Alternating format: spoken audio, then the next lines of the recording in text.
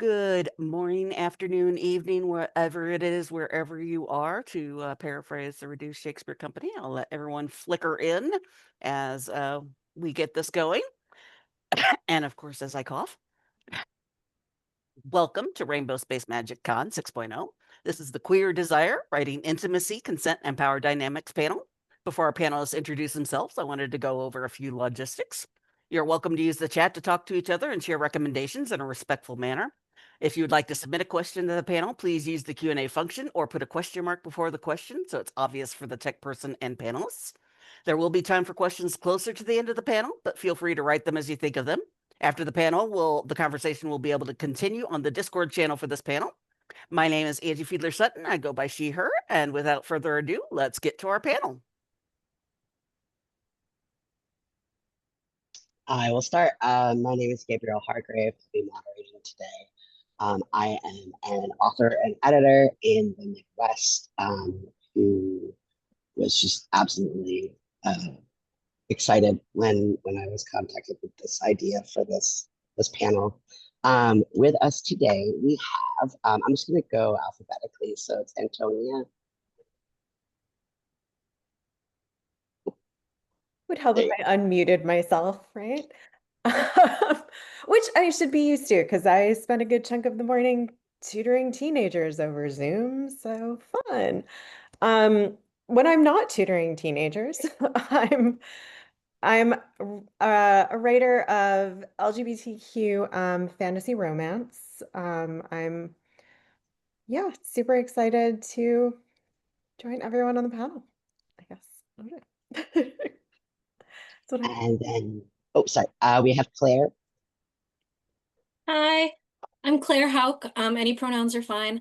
I am the owner of Duck Prince Press, which is a press that focuses on publishing queer works by queer creators, including a decent amount of erotica and other explicit works.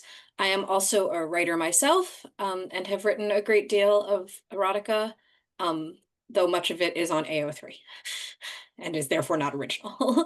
It's fan fiction. Victoria.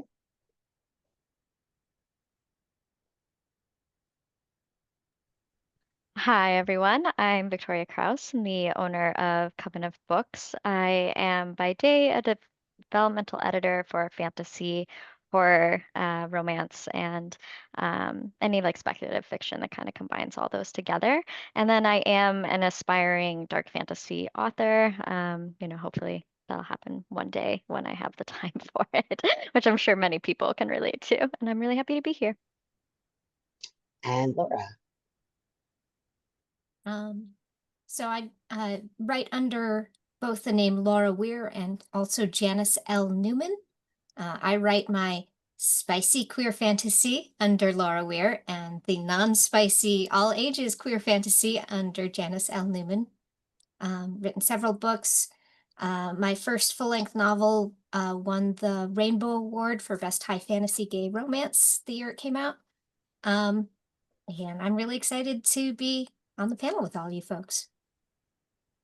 All right, let's get started. So the first thing that I wanted to ask, honestly, is like what got all of you interested in writing about queer intimacy and desire? And we don't have to go in any order, so whoever wants to go. I don't mind going first. Okay, no, go ahead. Where you go, you go. Okay. When I was in my early 20s, I saw Sailor Moon on American TV. And I really liked the show. I really liked that show a lot. And it wasn't until much later in my life that I realized that part of the reason I liked the show so much was because it was absolutely chock full of women who were all different, all interesting. But I very quickly discovered fan fiction and very quickly discovered lesbian romance fiction, not just of the canonically lesbian characters, but also other characters paired from the show. And this was, it was really cool. It was different. It was compelling. in ways that I hadn't experienced in literature before. And so that was, I think, my very first experience, both reading queer literature, queer intimacy, and then eventually trying my hand at writing it and gradually improving at it. So that's how I got interested in it initially. And Claire, you had something? Sure.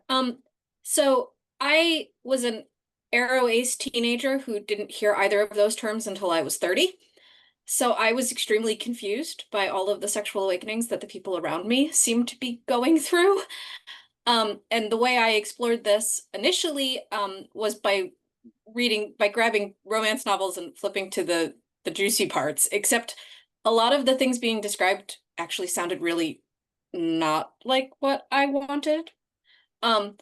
And so I sort of moved away from that and got into anime and discovered that MLM stuff existed in anime, and then discovered yaoi, which was still the most commonly used term for it, circa 2001 when I was reading this.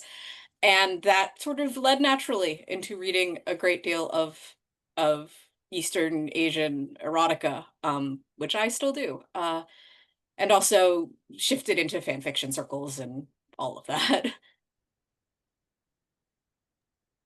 Victoria. Yeah, I can go next. So it is hard to kind of pinpoint one specific moment of like what got me interested in it. I've been queer my whole life. But some of my education is rooted in women and gender studies. And so I knew that I really wanted to, when I started thinking of creating my own business, and especially with our current like societal climate, I knew that I really wanted to be creating a space that is safe and accountable for queer folks as well as writers who are creating queer characters, especially because like our communities, intimacy, our desires, our love, it's not going away. And I really want like our bodies and our experiences to be respected and represented well, and honoring that they're natural and beautiful. Okay, I think that leaves me. So for me, I guess I started reading a ton of both romance. This was the 90s, so it was mostly straight romance at that point. That was what, you know, middle school me found in the bookstore and in like on my mom's bookshelf. I was reading a ton of that. I was reading a ton of science fiction fantasy. And what annoyed me was that so often you were reading fantasy or you were, and maybe there was a relationship, or maybe not. Maybe, my romance brain just felt there should be one. And then someone died at the end. And it made me so angry. So yeah, I just always wanted, it wasn't always about, you know, well, I guess it was, yeah, I wanted the romance. I wanted it to work. I wanted to see that happily ever after, that joy that comes from that. So yeah, I mean, starting with 12-year-old me and then going forward, like that's what I wanted to write. So that's what I was. And before I even had discovered fan fiction, it was I just need to rewrite the end of this. It's got these people can't die. So yeah, that was where I started. I mean, it wasn't until years later that I heard the term demisexual and realized that was me. Um, but yeah, it just started at a place where I needed it to work out. I needed the people I needed them to survive. I needed them to live and love and be happy. And so, you know, that's what I started writing. I That's what I don't, oh, sorry. I was just, I don't know how old everybody here is, but I remember when I was in like middle school, high school, Lurleen McDaniels was really big. And her whole thing was just books where girl has terrible disease falls in love and then dies. Spoiler alert for every book she's ever written. Um, and it I never read them, but I knew people who did it. I'm just like, I can't understand like why that is appealing. And Angie, I think it was, said something about the barrier gaze trope. Like that's been so much, and these were straight romances, but like in a lot of the queer romances, that was the ending. Was one or both of them were fridged basically. And I agree that it's most of what I speak to have said that like part of what really got them into this was wanting to see stories that reflected the happy parts of that. With that in mind, and we'll go in alphabetical order this time, so we'll start with Antonia.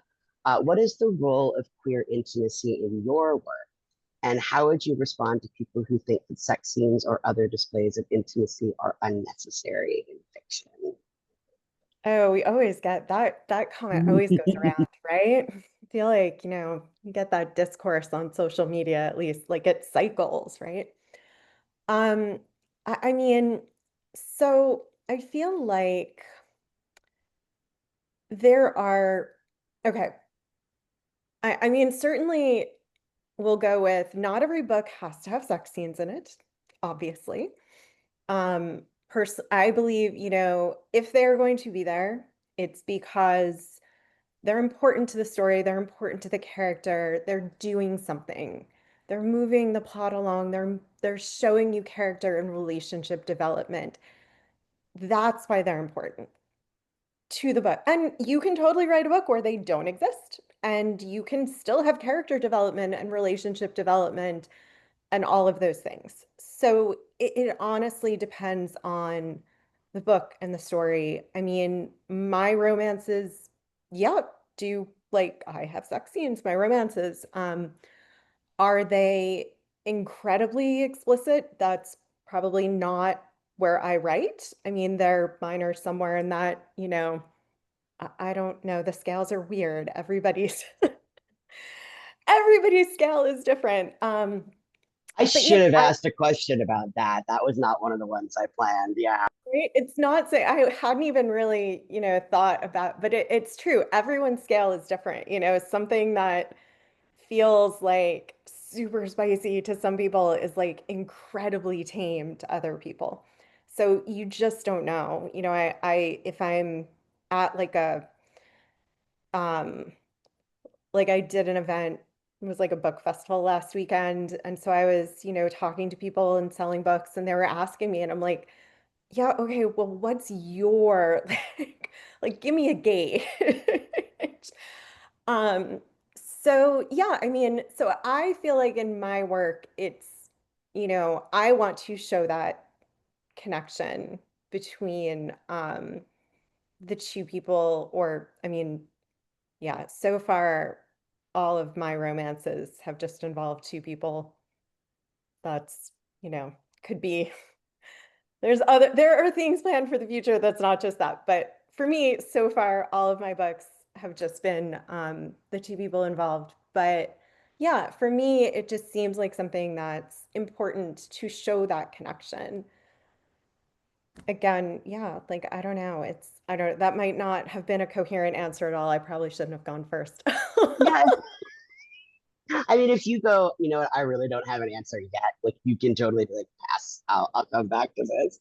I will say that the more people you add to a relationship, like the harder it is to keep track of all of. I have a map, and the map keeps changing, and I was like, we gotta put our foot down at some point. Claire is next. What is the role of queer intimacy and desire in your work, and what would you say to people who feel as if sex scenes or other displays of intimacy are unnecessary in fiction? So, I mentioned I'm aro ace. I'm definitely on the end of the aro ace spectrum that's always really enjoyed reading about sexual stuff that I have absolutely no interest whatsoever in doing in real life. Well, the risk of sounding crass, sometimes I just want to write them fucking nasty. Like, I I've written everything from the softest, most vanilla, like missionary you can imagine, all the way through extreme orgy kink stuff. And I've also hosted and run multiple kink events for writers. I'm running a Kinktober right now, in fact. Um, and I've published a bunch of erotica and kink, and I edit all of it. I'm the lead editor. So, I mean, I think the role is to be as nuanced and diverse as we are. And that means that there needs to be a place for all of the different ways that any people can be intimate with each other. And to the people who think that, these displays of intimacy are unnecessary, I guess my first question would be, do they feel the same way when it's two people and het? And if the answer to that is yes, then the next question is, well, would you feel the same way if those two het people were, going at each other with axes? Do you react the same way to intimate depictions of violence? And if their answer is still yes, I would probably go with, well, I've dealt with a lot of fandom antis in my time. And I mean, fiction is not reality. It impacts reality, absolutely, but it is not the same as reality.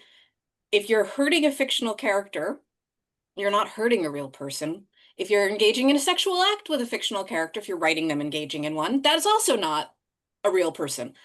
There is no safer way or more available way to explore any theme you want, from the happiest, fluffiest to the darkest, the whole range, than in words.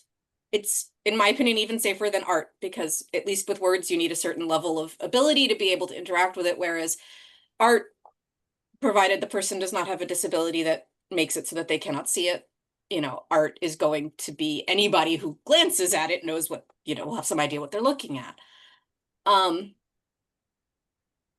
So, I mean, what's unnecessary in fiction? If they don't want to read it, they don't have to read it. It's not necessary to them. Great, don't read it. Like, that's my 2 cents. Plenty of books out there that they can read that don't have those scenes in them. Exactly. Find them.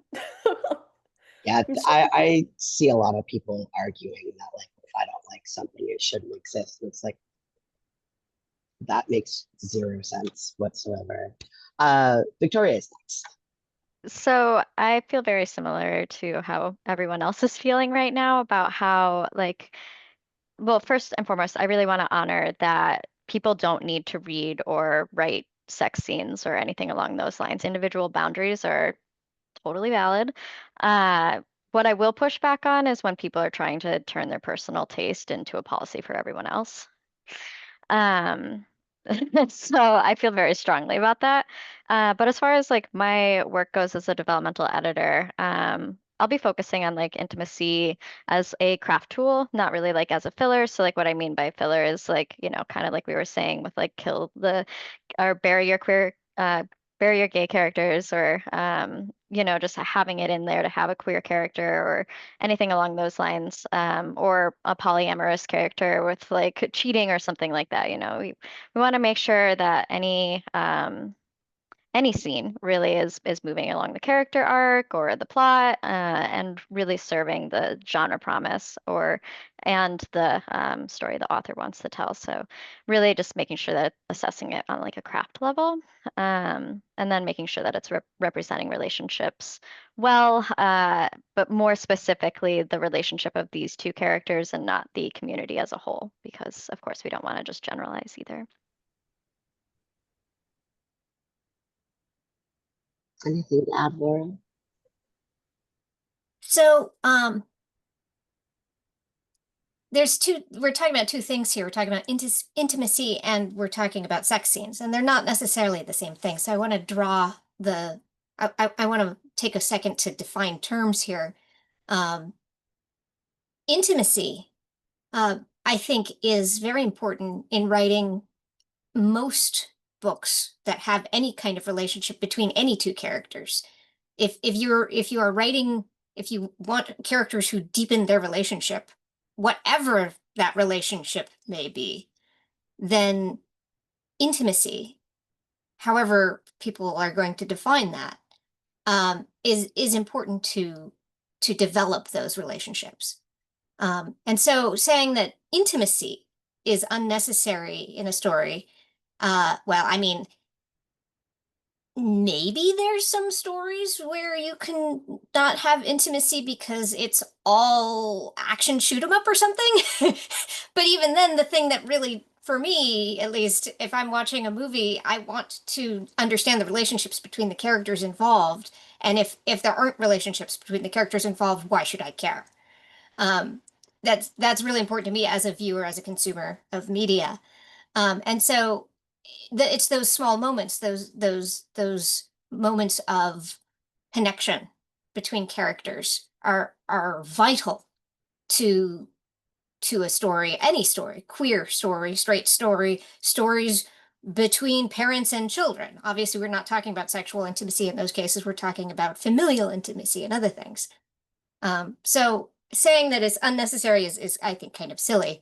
So any, you know, in a broad sense, unless you were talking about a story which is so out there or so limited in scope that the characters don't have any emotional connection whatsoever. Now, sex scenes, on the other hand, as Antonia said, you don't have to write sex into your story. Nobody has to write sex into their story. Everybody can, you don't have to read sex if you don't want. That's fine. And if you, I think it is better to have sex that is part of the plot, that is woven into the story. One of the best compliments I ever got on The Eighth Key was that I had an ace friend who read it and said that it was one of the first books they'd read where they felt like the sex actually mattered to the plot. Like you couldn't take the sex scenes out without actually affecting the plot. And I thought that was extremely flattering. But even if people are just want to write some sex, I don't think there's anything wrong with that. People should be allowed to write what they want to write, and that's fine. People can choose what they want to read, and that's fine too. You certainly don't need to have sex to have a queer story. I don't think you should shy away from sex if it's what you want to write just because the characters are queer, especially in this day and age. I think I'm right on the cusp of generations. So when I was growing up, being gay, being queer was still something that was not really okay. And I transitioned as I became an adult. It became something which was increasingly accepted and acceptable. So I kind of understand both sides of that. If you're from an older generation, it may be something that is uncomfortable. But if it's what you want to write, it's much more widely accepted in most places in this day and age. Obviously, this is not universal. There are parts of the world where it's still actively dangerous. And if you live in one of those places, you have my deepest sympathy. Protect yourself first, obviously. But as far as, you know, for writing for yourself or writing to stories to put on the internet or to publish, don't let the fact that the characters are queer hold you back. Have some fun with it. All right.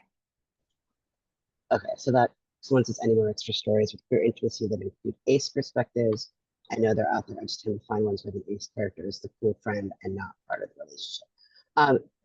I know that we're going to answer questions at the end, but I wanted to bring that up now in case anybody wanted to like think about that as they were, as we were going along. We talked about the discourse piece of like, is sex or whatever necessary? There was one other piece of discourse that goes around a lot that I wanted to bring up specifically in relation to like how you write it in queer relationships, and that is the role of consent in fiction, and specifically in spicy fiction, but in any scene, honestly, where two characters are being physically intimate with each other or something of that nature. Because you always get people being like, oh, it's so not sexy to have them like ask and make sure it's okay and all of that. And I have read and written things that definitely prove that incorrect. And I think it's a skill issue of like, okay, you just don't know how to ask for this correctly. But What is your take on the is consent sexy, and what are things that you think are like necessary to include in a story that involves queer people who are being intimate with one another in that regard? We'll go with Claire first. Yes, unless you don't have an answer yet. You can No, you I can do. talk. It's fine. I was I- tossing something in the chat, so I got distracted. Is it me Oh, or? gotcha. No, I think it's me, and that's totally Okay. cool. I'm ready to put me in, coach. Oh, so I just I couldn't said hear you what you said clearly. no, it was Claire. I said Oh, Claire. it was Claire. not Okay, Laura. go ahead. I mean, I think much like with some of the things we brought up in the previous conversation about the role that the sex plays in the story, I think it just depends on the story. I mean, I've written everything from the most explicit consent you could possibly want all the way through, I mean, honestly, hardcore non-con I have written. And it's just, you know, is it sexy? Of course it can be sexy. Any amount of consent from the most explicit to the least explicit can be sexy.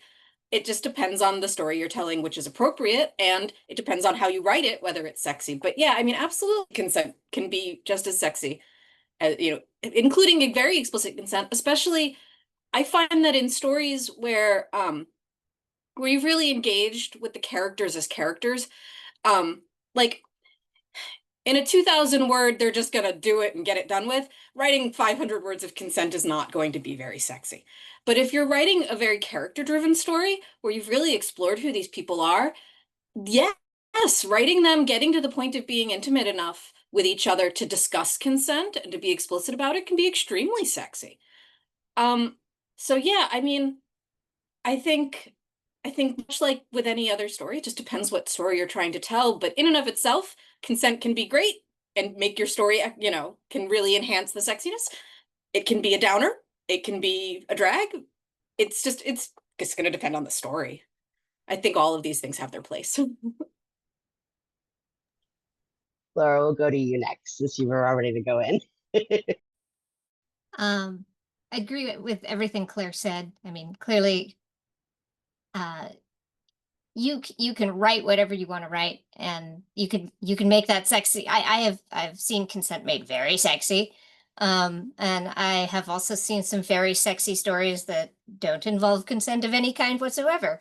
And I have enjoyed both, and I've written both. Not for publication, not all of them for publication. Not that there's anything wrong with that, but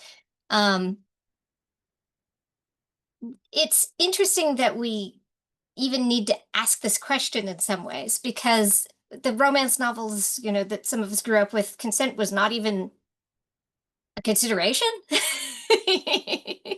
heterosexual romance novels. I mean, I remember the earliest ones that I read that my friends, snuck me.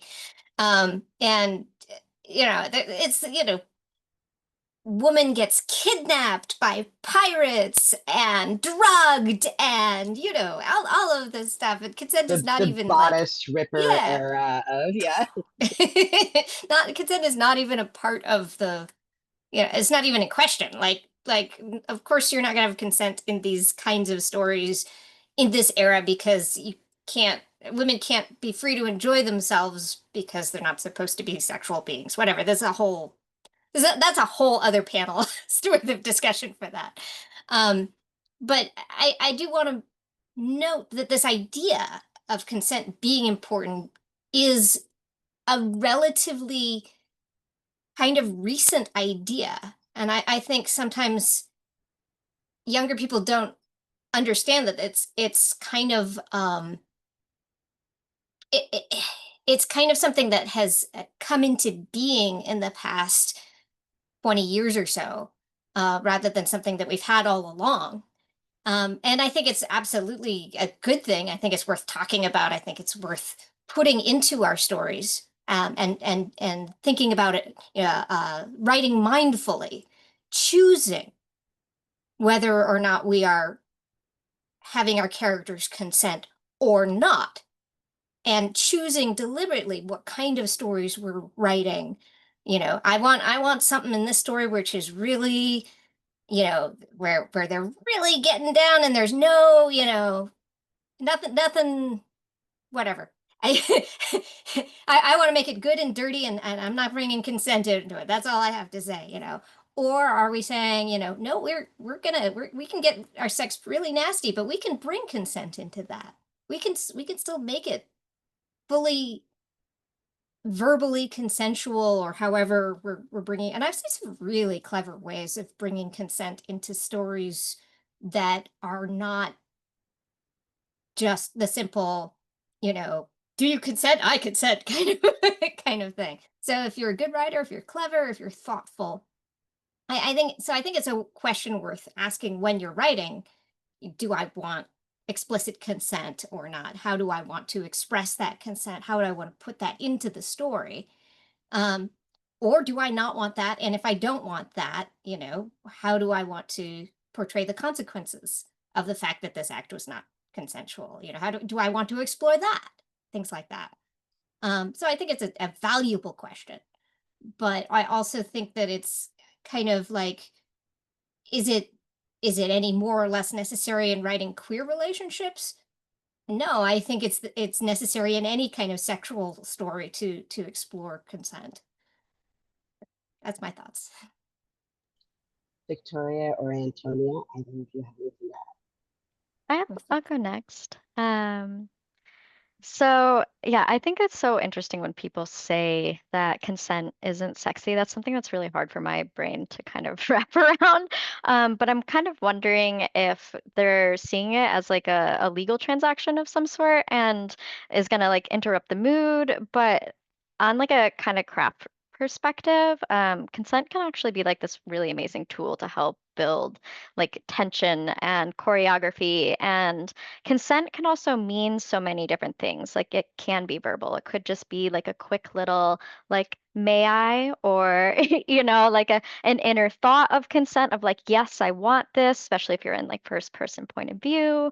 It can be noticing, offering, responding, and so it can just be like these quick little beats of a sentence rather than like an entire, you know, couple of paragraphs of consent. But of course, we can also have that as well. And I think that exploring consent also gives these amazing opportunities to talk about, especially with like queer dynamics, talking about scars or talking about binders or talking about toys or, you know, things that are going to be in relation to this relationship. or terms that people prefer for Yes, their bits. pronouns, bits. Yes, exactly. And I think I would also be doing a little bit of a disservice that I didn't bring up kink a little bit more here, especially around consensual non-consent. And if you know anything about kink, consent is like a huge piece of this.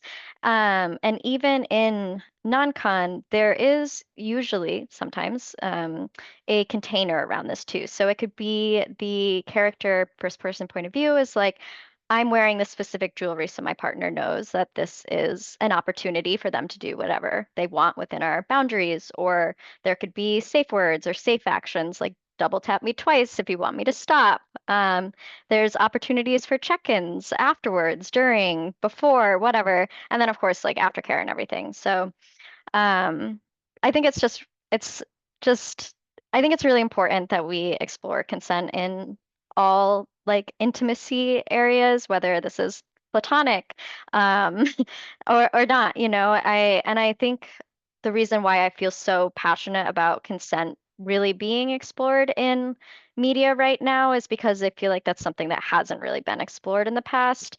And like so many of us, works of fiction or movies or like any of this media can be one of our very first experiences with relationship dynamics. And I kind of feel like there is some issues around consent in our society. And so I think showing consent more is just setting up better role models for queer folk in the future, or just really anyone and everyone. That's kind of all I have to say about that right now. Yeah, I mean, I don't know that I think everyone has pretty eloquently said a lot that I probably would have said. But no, I mean, I just, like Victoria was saying, it is important because it is so much a depiction of, or at least it's these depictions are sometimes, yeah, what people are getting as like things that they are being influenced by, learning from, which maybe or maybe not should be the thing that they're getting this from. But I mean, I was doing a panel recently with another romance author who's great. I love her. She writes straight romance, but she's a wonderful person. But it was in person, and we knew a couple of people in the front row were teenagers, not young teens, but teenagers, and their mom was with them. She knew they were there. But she started, she was very carefully kind of, censoring, and she even said, "Oh, well, oh, consent, but that's not for you yet." And I was like, and I started, it was like, "No, that's for everybody." Like, like these are not like, that's for like, I don't care how old you, I don't care. Like that's sort of for everybody. And that's something, you know, for us to think about in our work, for us to, and like there's so many ways you can do this, and it really does just depend on the story and your characters and where they are in their relationship and where the plot is, and that kind of can inform, yeah, how you're having them express this. But I don't know. So yeah, not a ton to add but just that bit kind of jumping off because yeah. No, I'm glad someone brought that up actually, because I remember back when Twitter was still a usable platform, someone got like glomped on because she was telling a story about how her young daughter had a safe word, basically, of like, I don't like what's going on here. I don't, because she liked to tickle people and like people didn't always like it. And her mom was teaching her, like, there are some people who just like, they're okay with this and others are not. And so they had this word that they would use for like, if her mom was not in the mood to be tickled, she'd say it. And the daughter learned that that was a word she could say if something was making her uncomfortable. And the reason I'm actually glad that someone brought this up is because this kind of ties in to the next question about the current social and political climate, especially in the US, but in other places as well.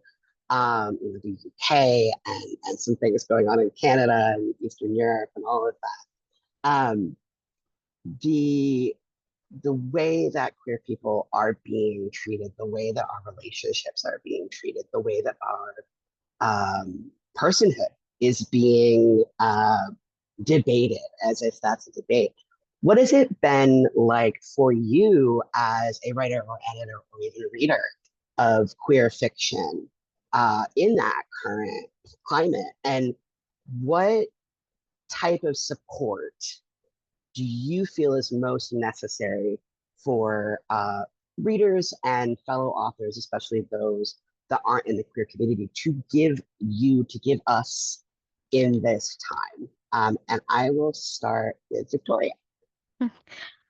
Well, to be honest, I've been experiencing a lot of anxiety.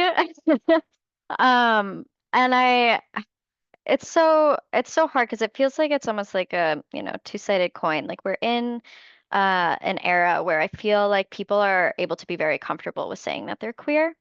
But then there's also like we cannot deny that we're in a space where we're publishing, writing, editing, whatever, sharing, where there's bans and workplace targeting and yeah, just all the issues going on right now. Um, and as far as like support goes, I think well, one, we really need readers to obviously keep buying and keep reviewing stories and talking about respect, talking about consent, talking about the things that we're talking about today and just in this entire organization. And to, yeah, keep talking to each other. We want to make sure that we're having like lists of people who are going to be like safe space. Well, maybe not lists, but it's so hard. It's kind of like, what do we really need right now? But yeah, like being able to share, like, I know this editor, I know this publisher, I know this queer story, and just kind of passing the mic around to each other and allowing each other to share, and then trying to find ways of like normalizing events, but also I think there could be some really great opportunities for like risk-aware planning, because we want to make sure that we're protecting ourselves, we're protecting storytellers and the storytellers and the stories that are highlighting like queer community and everything like that. So what I mean by that is like, do you need to be talking about this underneath like a pseudonym or something along those lines? Yeah, so it's hard, and I think it's also important to, just be talking to people who are directly in your sphere as well. Like I talk with my partner a lot about plans and things like that. So and then reaching out to each other in our workspaces as well, and just having these honest conversations. Laura, do you have anything to I wanted real quick, I want to follow up on what Gabriel said about having a safe word in your family with your child. We did that too when my daughter was younger, and it is so good to have something like that when the kid is repeating everything you say because it's funny, or if you're tickling the kid or something, doing something the kid doesn't like, having a way that you can say no, no more, or they can say no more. We're stopping this now, and nobody's upset, nobody's angry. We're just stopping this now. Because somebody's uncomfortable. It is so valuable, and I cannot recommend it enough to have that in your life, even with your child, with your partner, whatever. Find a random word. I don't remember why we used Pinocchio. It was for some reason, but that was it. Somebody said Pinocchio. Whatever we were doing, we stopped. Now, as far as the current social and political climate, I'm lucky. I'm tremendously lucky. I live in Southern California. So I am very insulated in many ways from some of the worst effects of this kind of what is going on politically in the world. I also do not rely on the things I write for income. I can afford to do it for fun because of other sources of income in my life. And therefore, I don't have to worry about my books getting censored or things like that. As such, I have a luxury and also a duty to speak when I can, panels and events like this, for example, to make my voice heard on behalf of people who can't. And if you are in a similarly privileged position, I ask that if you can, that you do what you can as well, whatever's within your own abilities to do. I will say that for those living in the United States, the single most important thing you can do is vote. Get everybody you know to vote.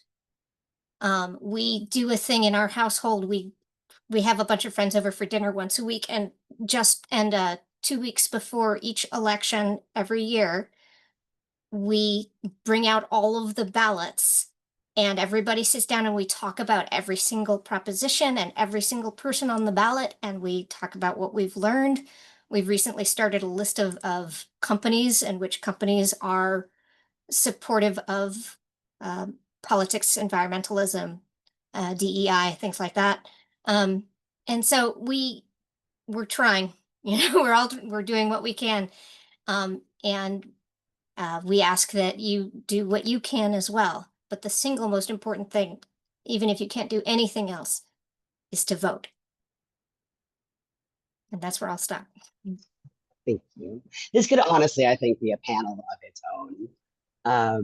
But Claire or Antonia, either of you have anything to add? Yeah, so I'm 42 years old. I'm from New York City. I currently live in upstate New York. I only recently sort of figured out the gender part of my equation, but certainly most people assume I am female. I am married to a woman. We have a 7 and a 9-year-old child. Those children are both half Black. One of them is trans. I spend a lot of time not thinking about it because otherwise I'll spend all of my time terrified. I mean, I made sure we all have current passports. We live 4 hours from the Canadian border. We know what our red line is, at which point we will take the kids and I will take the kids and run while my wife continues to work because she is a lawyer. She is our primary breadwinner. We are also very privileged and very lucky in a lot of ways. Our children are still young enough that us being white women protects them. I mean, I'm not a white woman, but I look like a white woman. Um, and in terms of the writing and the publishing, when it became clear how bad things were going to get, my wife and I sat down and we said, do we keep going? Is it safe for me? Is it safe for the family? My home address is on the packages I send people. Is it safe to keep doing this? Are we prepared to face the risk? And well, I'm here. So I think that tells everybody present what my answer was to that. But it was important to have the question, to discuss it, to address it. In terms of what supports we need, I just need people to not act like any of this is normal. Like, I'm Jewish. I have a photo album of the relatives who my grandmother was too heartbroken to write their names on the photographs. Like, I know what happens to the people who don't get out and the people who aren't privileged enough to be able to get out. And I just, the fact that there's still so many people who are like, this is just politics as usual. And I'm like, you are out of your mind. There's nothing like, yeah, things have been weird before. I mean, I remember thinking, I grew up, I was a teenager in the 90s. I remember thinking, Ken Starr and all that was weird. Who cares who this man is sleeping with? Even in the Oval Office, I don't care. That is a But name I haven't heard in so many years. but Oh my like, God. yeah, I mean, apparently tons of people care and they want it to be everybody else's problem because God forbid they have to be the one who changes. So yeah, what I just need from people who aren't in the queer community especially is to believe us and to not downplay our fears. Like, actually, it's really reasonable to be scared by this stuff. This is scary stuff.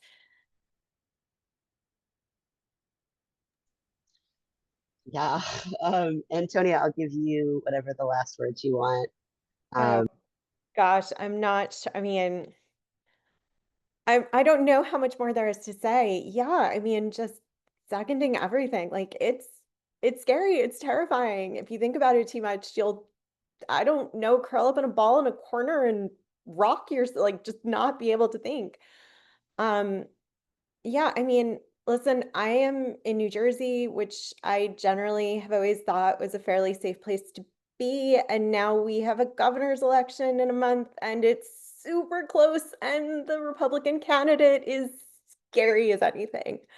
So yeah, and too many people are just kind of shrugging like it's nothing. And so yeah, and I mean, I'm gonna assume we're probably all preaching to the choir here, but yeah, like you gotta care and you gotta listen. And I don't know. I'm just trying to take care of the people I can take care of, and just be there for people, take care of yourself, take care of the people you love, take care of your community. I just, and yeah, I mean the book stuff, I don't know. I mean, there was uh somebody, oh God, I don't remember what author it was, said something like there's just this feeling where you're writing a book and you don't know if you'll be allowed to publish it by the time like you're done.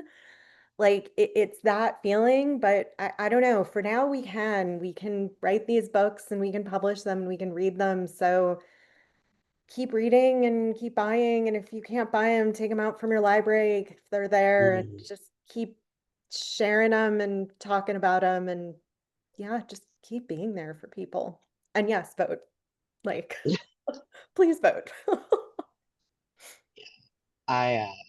I almost didn't include that question because I knew that it was going to get like this, but I think it's important, especially because a lot of us, myself included, are writing books that are related to the issues that are happening and have been happening.